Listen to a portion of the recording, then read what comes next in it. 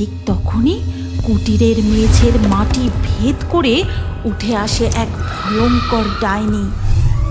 ওম হ্রিং ক্রিং পাতালপুরী দেব্যই নমঃ। জাগো জাগো পাতালপুরীর দেবী, জাগো, আমাকে শক্তি প্রদান করো। এইভাবে পাতালপুরীতে জ্বলন্ত অগ্নিপিণ্ডের সামনে বসে ডাইনি যজ্ঞে আহুতি দিতে থাকে আর বলে, বেশ, আর মাত্র কয়েক দিনের অপেক্ষা। এই নিয়ে ৯৮টি পরীদের বাচ্চার বলিদান সম্পন্ন হবে। আর মাত্র ২টি বাচ্চার বলিদান দিতে পারলেই পাতালপুরীর কালো শক্তির দেবী সন্তুষ্ট হবেন। আর তিনি সন্তুষ্ট হলেই আমি পরবর্তী পাতালপুরীর রানী হব। এই কথা বলে ডাইনি বিকট এক অট্ট হাসি হাসতে থাকে। আর এদিকে তখন পরীরাজ্যে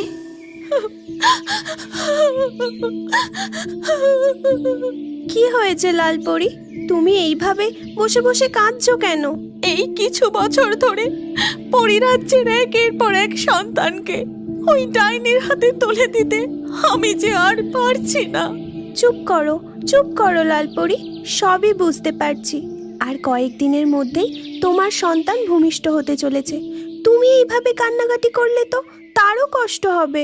রানীপুরীর প্রাণ ফেরানোর জন্য আমরা বুকে পাথর চেপে নিজেদের একের পর এক সন্তানকে ওই দুষ্ট ডাইনির হাতে তুলে দিয়েছি। জানি না আর কতদিন আমাদের এই অভিশাপের বোঝা বয়ে বেড়াতে হবে। তুমি চিন্তা করো না লালপরি, পরীরাজ্যে রানীপরি ফিরে এলেই দেখো সব ঠিক হয়ে যাবে।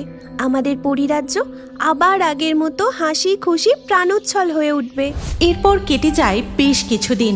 পরীরাজ্যে আজ খুশির সমারোহ। লালপরি এক ছোট্ট ফুটফুটে পুত্র সন্তানের জন্ম দিয়েছেন। তাই পরীরাজ্যের সমস্ত পরীরা সেই সদ্যজাত সন্তানকে নিয়ে আনন্দে মেতেছেন। কিন্তু লালপরির চোখে মুখে এক কালো মেঘের ছায়া। কি হয়েছে লালপরি? আজ এত খুশির দিনে তুমি এমন মুখ কালো করে বসে আছো কেন? দেখো তোমার পুত্রকে কত সুন্দর দেখতে হয়েছে। ওর মুখের দিকে তাকালে তোমার সমস্ত দুঃখ কষ্ট দূর হয়ে যাবে। লালপরি তার পুত্রকে বুকে টেনে নিয়ে অঝরে কাঁদতে থাকে আর বলে, ও যে আমাদের কাছে মাত্র কয়েকদিনের অতিথি। ওর ৬ মাস বয়স পূর্ণ হলেই যে ওকে আমাকে আবার ওই ডাইনির হাতে তুলে দিতে হবে, সেটা ভেবেই যে আমার বুকটা ফেটে যাচ্ছে। নীলপরি, কেঁদো না লালপরি, কেঁদো না। যতদিন ও আমাদের কাছে আছে ততদিন ওকে নিয়ে না হয় আমরা আনন্দে থাকি। এইভাবে দিন কেটে যায়। লালপরির পুত্র সন্তান ধীরে ধীরে বড় হতে থাকে। দেখতে দেখতে ৬ মাস কেটে যায়। আর সেই দিনটাও চলে আসে যেদিন লালপরীকে তার পুত্র সন্তানকে ওই ডাইনির হাতে তুলে দিতে হবে। লালপরি তার সন্তানকে নিয়ে পাতালপুরীর উদ্দেশ্যে রওনা দেয়। আর এদিকে তখন, কি গো শুনছো? আজও তো তেমনভাবে কাঠ বিক্রি হলো না। ঘরে এক ফোঁটা চালও নেই। ছেলেটাও আজ আধ পেটা দুধ খেয়ে কাঁদতে কাঁদতে ঘুমিয়ে পড়ল। সবই বুঝতে পারছি গিন্নি, কিন্তু বড় ব্যবসাদারেরা জঙ্গলের সব গাছ কেটে কেটে প্রায় জঙ্গল শেষ করে ফেলেছে। গাছের ডালপালা কেটে বিক্রি করতাম, এখন আর গাছের ডালপালাও পাওয়া যাচ্ছে না। শোনো না, আমি বলি কি, কাল সকালে কাঠ কাটার সঙ্গে সঙ্গে তুমি কিছু মধুও পেরে নিয়ে এসো। বাজারে বিক্রি করলে তা থেকেও 2 পয়সা হবে। তুমি ঠিক বলেছ তো, তবে কাল সকালে নয়, আমি আজ রাতেই যাব। সকালে যদি কেউ আমাকে গাছ থেকে মধু পাড়তে দেখে, তাহলে বাকি কাঠুরেরাও আবার মধু পাড়তে শুরু করবে। এই কথা বলে পঙ্কজ বাড়ি থেকে বেরিয়ে জঙ্গলের উদ্দেশ্যে রওনা হয়। আর কিছু দূর যাওয়ার পরেই সে হঠাৎ দেখতে পায় আকাশ থেকে কি যেন একটা উড়ে এসে জঙ্গলের দিকে প্রবেশ করছে। ও বাবা, ওটা আবার কি? ওই জঙ্গলের দিকেই তো গেল, গিয়ে দেখি তো একবার ব্যাপারটা। এই কথা বলে পঙ্কজ জঙ্গলের ভিতরে প্রবেশ করতে থাকে। আর দেখা যায় লালপরি জঙ্গলের ভেতরে একটি কুটিরের সামনে এসে কুটিরের ভিতরে প্রবেশ করে। আর তারপর, আরে জঙ্গলের ভিতর এমন গুপ্ত কুটির, এতবার এই জঙ্গলে কাঠ কাটতে এসেছি, তারপরেও এই কুটির কোনোদিনও তো চোখে পড়েনি। দেখি তো ভিতরে কারা থাকে। এই কথা বলে পঙ্কজ ওই কুটিরের জানলা দিয়ে ভিতরে উঁকি দিয়ে দেখে এক অপরূপ লাল পরী ছোট্ট একটি বাচ্চাকে কোলে নিয়ে দাঁড়িয়ে দাঁড়িয়ে কাঁদছে। ঠিক তখনই কুটিরের মেঝের মাটি ভেদ করে উঠে আসে এক ভয়ঙ্কর ডাইনি। সে ওই লাল পরীর হাত থেকে সেই বাচ্চাটিকে ছিনিয়ে নিয়ে জোরে জোরে হাসতে থাকে। আর ওই লাল পরী কুটির থেকে বেরিয়ে কাঁদতে কাঁদতে আকাশে উড়ে যায়। ওরে বাবা রে বাবা, আমি এসব কি দেখলাম! না না, গিন্নিকে গিয়ে এক্ষুনি এই সব ঘটনাটা জানাতে হবে। তারপর পঙ্কজ তার বাড়িতে ফিরে গিয়ে অনিতাকে সমস্ত ঘটনা খুলে বলে। আর সব কিছু শুনে অনিতা বলে, কি বলছো গো? না না বাপু, তোমাকে আর ওই জঙ্গলের দিকে যেতে হবে না। এরপর বেশ কিছু মাস কেটে যায়। একদিন পঙ্কজের কাঠ কেটে বাড়ি ফিরতে ভালোই সন্ধে হয়ে যায়। জঙ্গলের পথ ধরে বাড়ি ফেরার সময় হঠাৎ একটি কান্নার শব্দ শুনতে পায়। আর এদিক ওদিক তাকাতেই সে দেখতে পায় একটি গাছের নিচে দাঁড়িয়ে সেই লাল পরী আবারও একটি বাচ্চাকে কোলে নিয়ে কাঁদছে। তখন পঙ্কজ তার কাছে গিয়ে বলে, কে তুমি? তুমি এখানে দাঁড়িয়ে দাঁড়িয়ে কাঁদছো কেন? আমি লাল পরী, পরীরাজ্য থেকে এসেছি। আমাদের পরীরাজ্যের যে ভয়ঙ্কর বিপদ। হ্যাঁ, এর আগের দিনও আমি তোমাকে দেখেছি ওই কুটিরের মধ্যে প্রবেশ করতে, আর এক ভয়ঙ্কর ডাইনি পাতাল থেকে বেরিয়ে তোমার বাচ্চাকে কেড়ে নিয়ে চলে গেল। আচ্ছা, ঘটনাটা আমাকে একটু খুলে বলো তো। তারপর লালপরি পঙ্কজকে সমস্ত ঘটনা খুলে বলতে থাকে। আজ থেকে কিছু বছর আগে আমরা পরীরাজ্যের সমস্ত পরীরা মিলে পৃথিবী ভ্রমণে বেরিয়েছিলাম। আর ভ্রমণ করতে করতে এই জঙ্গলে এসে পড়ি। ঠিক তখনই এক দুষ্টু ডাইনি আমাদের উপর আক্রমণ করে আর আমাদের রানী পরীকে বন্দি বানিয়ে নেয়। তারপর আমাদের বলে, শুনে রাখ, যদি তোদের এই রানী পরীকে বাঁচাতে চাস, তাহলে তোদের সন্তান জন্ম নেবার পর তাদের 6 মাস বয়স পূর্ণ হতেই আমার হাতে তুলে দিয়ে যাবি। পর পর আমায় 100টি পরীদের বাচ্চা দিয়ে যাবি। রানী পরী না থাকলে আমাদের পরীরাজ্য যে ধ্বংস হয়ে যাবে। তাই আমরা বাধ্য হয়ে আমাদের একের পর এক সন্তানকে ওই দুষ্টু ডাইনির হাতে তুলে দিই। আজ এই কন্যা সন্তানকে তার হাতে তুলে দিলে 100তম বাচ্চা দেওয়া সম্পূর্ণ হবে। কিন্তু আমার এই সন্তানকে ওই ডাইনির হাতে তুলে দিতে একদম মন চাইছে না। কেঁদো না লালপরি, তুমি এক কাজ করো, আমার সাথে আমার বাড়ি চলো। আমার গিন্নিকে সব কথা খুলে বলি, তারপর আমরা 3 জন মিলে ওই ডাইনিকে জব্দ করার একটা ঠিক উপায় বার করব। তারপর লালপরি পঙ্কজদের বাড়িতে যায় আর তার গিন্নিকে সমস্ত কথা খুলে বলে। সব কিছু শুনে অনিতা বলে, সবই তো শুনলাম। সন্তান হারানোর যে কি কষ্ট সে আমি বুঝতে পারছি। আমিও তো একজন মা। শোনো, আমার মাথায় একটা বুদ্ধি এসেছে। তারপর তারা 3 জনে মিলে একটি পরিকল্পনা করতে থাকে। আর অনিতা লালপরীর ছদ্মবেশ ধরে বাচ্চাটিকে কোলে নিয়ে জঙ্গলের ওই কুটিরের মধ্যে যায়।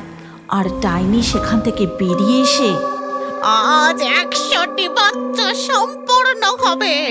তাড়াতাড়ি তোদের ওই বাচ্চাকে আমার কোলে তুলে দে। কখনো না, আজ আমি এইভাবে আমার বাচ্চাকে তোমার কোলে তুলে দেব না। আমরা তো একের পর এক বাচ্চাকে তোমার হাতে তুলে দিচ্ছি, কিন্তু আমাদের রানী পরী যে তোমার কাছে সুরক্ষিত আছে তার কি প্রমাণ? তুমি আজ আমাকে তোমার সাথে ওই পাতালপুরীতে নিয়ে চলো, তবেই আমি বিশ্বাস করব। ঠিক আছে, তবে আয় আমার সাথে। তারপর ডাইনি ছদ্মবেশে অনিতাকে তার সাথে পাতালপুরীতে নিয়ে যায়। আর সেখানে গিয়ে দেখে রানী পরীকে একটি কাঁচের জারের মধ্যে সে বন্দি করে রেখেছে। দেখেছিস, এবার এই বাচ্চাকে আমার হাতে তুলে দিয়ে এখান থেকে চলে যা। গভীর রাত হলে আমি যজ্ঞে বসবো। এখন আমাকে যজ্ঞের সমস্ত জিনিসপত্র জোগাড় করতে যেতে হবে। না না, আমি তোমাকে একদম বিশ্বাস করি না। আজ আমি রানী পরীকে আমার সাথেই নিয়ে যাব। ঠিক আছে, কিন্তু আমার যজ্ঞ সম্পূর্ণ হলে তবেই তুই রানী পরীকে এখান থেকে নিয়ে যেতে পারবি। কিন্তু মনে রাখিস, এখানকার কোনো জিনিসে তুই হাত দিবি না। এই কথা বলেই ডাইনি সেখান থেকে চলে যায়। আর অনিতা গোটা পাতালপুরি তন্ন তন্ন করে খুঁজতে থাকে, যদি ওই ডাইনিকে হত্যা করার কোনো একটা উপায় খুঁজে পাওয়া যায়। তারপরেই হঠাৎ সে একটি উজ্জ্বল কাঁচের গোলক দেখতে পায়, যার মধ্যে ভ্রমরের মতন কিছু একটা রয়েছে, আর তার নিচেই রয়েছে একটি পুঁথি। সেই পুঁথিটি হাতে তুলে নিয়ে পড়তেই, এই তো পেয়েছি ডাইনিকে ধ্বংস করার উপায়। এই কথা বলেই অনিতা ওই গোলকটিকে হাতে তুলে নেয়। ঠিক সেই সময় সেখানে ডাইনি চলে আসে। খবরদার বলছি, তুই ওটা হাতে কেন নিয়েছিস? রেখে দে বলছি, রেখে দে ওটা। রেখে দেব? আজ তোকে আমি উচিত শিক্ষা দেব। ছোট ছোট দুধের শিশুগুলোকে হত্যা করে তুই পাতালপুরের রানী হবি? দাঁড়া, দেখাচ্ছি মজা, তোর রানী হওয়া বের করছি। এই কথা বলে অনিতা ওই কাঁচের গোলকটিকে জ্বলন্ত আগুনের মধ্যে ছুড়ে দেয়। কাঁচটি ভেঙে ভ্রমরের গায়ে আগুন লেগে যায়। ভ্রমরের গায়ে আগুন লাগতেই ওই ডাইনিও দাউ দাউ করে জ্বলতে থাকে। ওরে বাবা রে, ওরে রে, ওরে। আর কিছুক্ষণের মধ্যে ডাইনি জ্বলে পুড়ে ভস্ম হয়ে যায়। তারপর অনিতা রানী পরীকে মুক্ত করে উপরে ফিরে আসে। আজ আমাকে বাঁচিয়ে তুমি পরিরাজ্যকে বিপদ মুক্ত করেছ। আমি তোমায় আশীর্বাদ করছি, তোমাদের সংসারে আর কোনো অভাব থাকবে না। এই কথা বলে রানী পরী আকাশ পথে উড়ে যায়। না না নাগরাজ, আপনি এমনটা করবেন না, দোহাই আপনার। আমার ডিম ফুটে সবে মাত্র এই ফুটফুটে ছানাগুলো জন্ম নিয়েছে, আপনি ওদের খেয়ে ফেলবেন না। চুপ, একদম চুপ, না হলে ওদের সাথে আমি তোকেও খেয়ে ফেলবো। এই কথা বলে নাগরাজ টুনিয়ার সদ্যজাত বাচ্চাগুলোকে খেয়ে নেয়। তারপর টুনিয়ার বাসাটাও ভেঙে তছনছ করে দেয়। এই অহংকারী দুষ্টু নাগরাজকে জঙ্গলের প্রায় সমস্ত পশু পাখিরাই ভয় পেত, কারণ সে এই জঙ্গলের পশু পাখিদের উপর নানা রকম অত্যাচার করত। কারো কারো সারা বছরের সঞ্চিত খাবার তার থেকে জোর করে কেড়ে নিয়ে চলে যেত। এই নাগরাজের জ্বালায় এই জঙ্গলে থাকা অতিষ্ঠ হয়ে উঠেছে। রোজ রোজ এই অত্যাচার আর মেনে নেওয়া যায় না।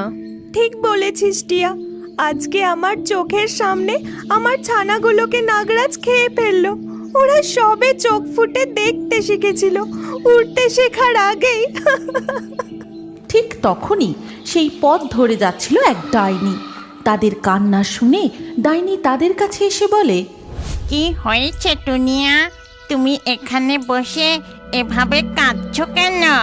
তারপর টুনিয়া ডাইনিকে সমস্ত কথা খুলে বলে। আর সব শুনে ডাইনি বলে, কেঁদো না টুনিয়া, নিজেকে শক্ত করো। তুমি দেখো, নাগরাজ তার কর্মের ফল একদিন ঠিকই পাবে। জঙ্গলের এত পশু পাখির সন্তান কেড়ে নেওয়ার শাস্তি নাগরাজ ঠিক পাবে। এসো, এখন আমি তোমাদের দুজনের বাসা আবার তৈরি করে দিচ্ছি।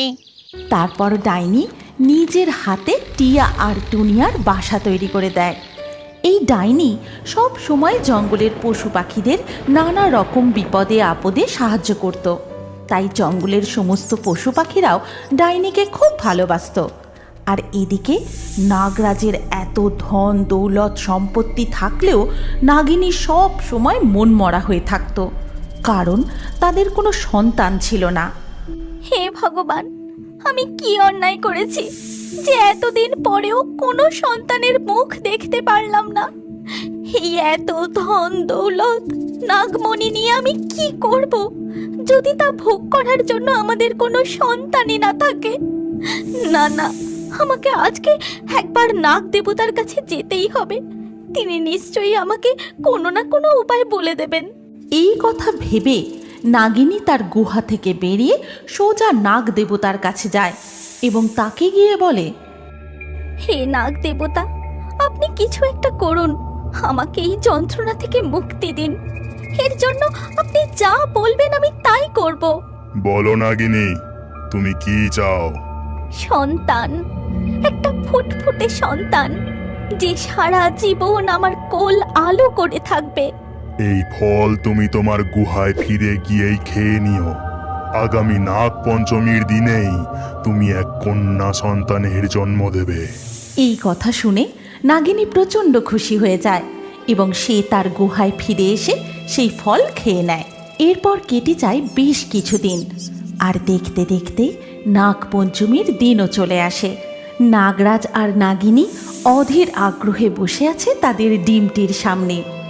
নাগরাজ, আমি যে আর অপেক্ষা করে থাকতে পারছি না।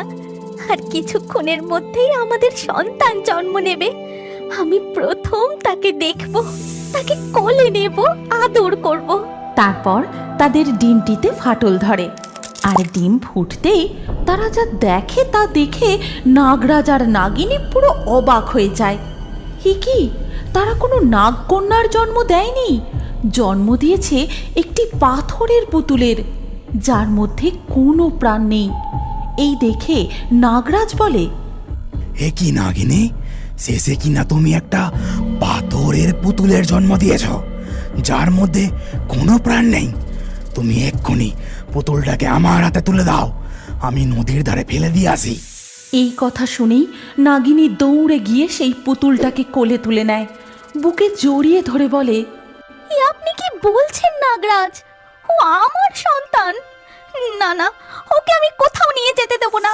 এরপর গভীর রাত নামতেই নাগিনী যখন তার পাথরের কন্যাকে জড়িয়ে ধরে ঘুমোচ্ছিল, নাগরাজ চুপি চুপি তাকে সেখান থেকে তুলে নিয়ে সোজা চলে যায় নদীর ধারে, আর সেখানে পুতুলটিকে ফেলে দিয়ে চলে আসে। ঠিক তখনই সেই পথ ধরে ফিরছিল ডাইনি। নদীর ধারে সেই পুতুলটিকে দেখতে পেয়ে, ও মা, ওটা অন্ধকারে কি পড়ে আছে গো? দেখতে তো কোনো পাথরের পুতুল মনে হচ্ছে। আহা, পুতুলটাকে কি সুন্দর দেখতে, যেন একেবারে সদ্য জন্মানো ফুটফুটে একটা মেয়ে। যাই, আমি পুতুলটাকে আমার বাড়ি নিয়ে যাই। এই কথা বলে ডাইনি পুতুলটাকে কোলে তুলে নেয়, আর কোলে তুলে নিতেই, ও বাবা, এটা তো একটা ছোট্ট ফুটফুটে নাগকন্যা, কিন্তু এটা এতক্ষণ পাথরের পুতুল হয়ে পড়েছিল কেন? ডাইনির কোলে উঠে ছোট্ট নাগিন কন্যা খিলখিলিয়ে হেসে ওঠে, আর ডাইনির হাতটা শক্ত করে ধরে থাকে। ডাইনিও তাকে কোলে নিয়ে তার বাড়ি চলে যায়। দেখ তো, তুই আমার ঘরে আসতে আমার ঘরটা কেমন ঝলমল করে উঠেছে। তোর হাসির খিলখিল শব্দ ঘরের চারপাশ থেকে শোনা যাচ্ছে। আজ থেকে তুই আমার মেয়ে, তোকে আমি পরম স্নেহে মানুষ করব। এরপর থেকে ডাইনি নাগকন্যাকে পরম স্নেহে বড় করতে থাকে। তাকে নিজের হাতে খাইয়ে দেয়, স্নান করিয়ে দেয়, সুন্দর করে সাজিয়ে দেয়। জঙ্গলের সব পশু পাখিরাও ডাইনির বাড়ি এসে এই নাগকন্যার সাথে খেলা করে। দেখতে দেখতে কেটে যায় 5টা বছর। নাগকন্যা ধীরে ধীরে বড় হয়েছে, কিন্তু এদিকে নাগিনী আজও তার সেই জন্ম দেওয়া পাথর কন্যার কথা ভুলতে পারেনি। দেখতে দেখতে 5টা বছর কেটে গেল। আজ যদি আমার সন্তান সুস্থ স্বাভাবিক হতো, তাহলে এই সারা গুহার মধ্যে খেলে বেড়াতো।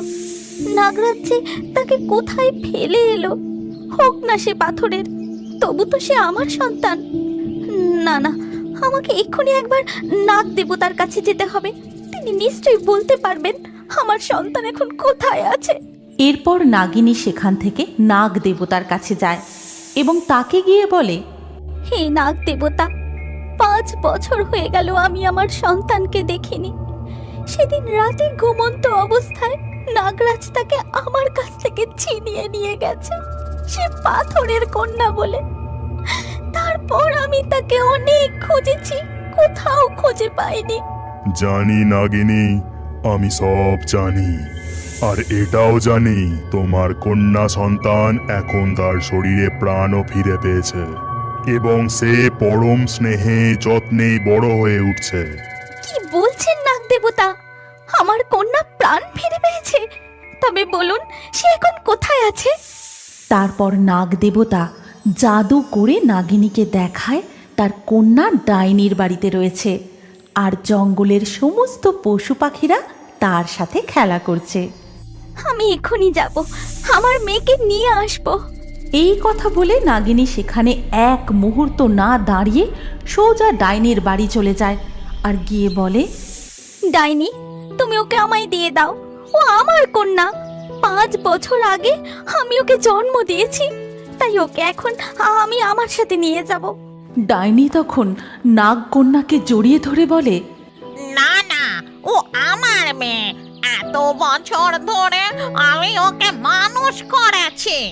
কিন্তু নাগিনী তার কোনো কথাই শোনে না। সে সেখান থেকে নাগ কন্যাকে জোর করে তার সাথে নিয়ে চলে যায় এবং সে তার গুহায় ফিরে গিয়ে নাগরাজকে বলে, নাগরাজ, দেখুন আমি কাকে এনেছি। আমি আবার আমাদের হারিয়ে যাওয়া কন্যা সন্তানকে খুঁজে পেয়েছি। দেখুন, সে এখন প্রাণও ফিরে পেয়েছে। কিন্তু নাগরাজ পিছন ফিরতেই দেখে একটি পাথরের নাগকন্যা দাঁড়িয়ে এবং নাগিনও তার কন্যার অবস্থা দেখে কান্নায় ভেঙে পড়ে। ততক্ষণে ডাইনি কাঁদতে কাঁদতে তাদের পিছু পিছু গুহার ভিতরে চলে আসে। তখন সেখানে নাগ দেবতা প্রকট হন। দেখুন নাগ দেবতা, আমার কন্যা সন্তান আবারও পাথরে পরিণত হয়েছে। এতদিন সে তো ডাইনির কাছে সুস্থ স্বাভাবিক ছিল, তাহলে আমাদের গুহায় আসতেই সে আবার কেন পাথরে পরিণত হলো? তোমাদের এই গুহা অপবিত্র। জঙ্গলের সমস্ত পশু পাখিদের কষ্ট করে জোগাড় করা সম্পদ ছিনিয়ে নিয়ে তোমরা এই গুহায় রেখেছো। এতদিন ধরে নাগরাজ এই জঙ্গলের হাজারো পশু পাখির সন্তানকে তাদের কোল থেকে ছিনিয়ে নিয়েছে। তাই তোমাদের সন্তানও তোমাদের কাছে এলেই পাথরে পরিণত হচ্ছে। যতদিন না তোমরা এই পাপ থেকে মুক্তি পাবে, ততদিন তোমাদের কন্যা সন্তান এখানে জীবিত অবস্থায় থাকতে পারবে না। আমাকে ক্ষমা করে দিন নাগ দেবতা, আমি আমার নিজের ভুল বুঝতে পেরেছি। আমার পাপেই আজ এই অবস্থা। আমি কথা দিচ্ছি, আজকের পর থেকে আমার পাপ ক্ষয় করার চেষ্টা করব। এই গুহাকে আবার পবিত্র করে তুলব, আর ততদিনে আমার কন্যা সন্তান ডাইনির কাছেই বড় হোক। ডাইনি আবারও নাগকন্যাকে তার কুঠিরে ফিরিয়ে নিয়ে যায়। সাথে সাথে সে আবার প্রাণ ফিরে পায়। ডাইনি পরম স্নেহে তাকে মানুষ করতে থাকে। এরপর থেকে নাগরাজ আর নাগিনী জঙ্গলের সমস্ত পশু পাখিদের নানা রকমভাবে সাহায্য করতে থাকে আর মাঝে মাঝে গিয়ে তাদের কন্যা সন্তানের সাথে দেখা করে আসে। তুমি কি এখনো বড় হয়ে কার্টুন দেখতে ভালোবাসো? তাহলে তোমার নাম ও বয়স কমেন্টে জানাও। আর আগের ভিডিও থেকে লাকি ড্রয়ে নির্বাচিত নামগুলি হলো জসমিনা, আলামিন, সোহানা, আকাশ, রিছা, রুকসোনা, জেসমিন, কিরণ, ভবানী, তালহা, রানী, জন্নত, আঁখি, পূজা, উর্মি। যে সকল দর্শক আমাদের চ্যানেল সাবস্ক্রাইব করে তারপরে কমেন্টে নাম লিখেছেন, আমাদের পরবর্তী ভিডিওতে তাদেরই নাম বাছাই করা হবে। তাই রিও বার্ডস ইউটিউব চ্যানেল অবশ্যই সাবস্ক্রাইব করবেন এবং স্ক্রিনের উপরে আসা আমাদের পরবর্তী গল্পটিও দেখুন, তাতেও আপনার নাম থাকতে পারে। না থাকলে আবারও আপনার নাম পরবর্তী ভিডিওতে লিখে দিন। কি ভাবছেন? তাড়াতাড়ি ক্লিক করে দেখুন।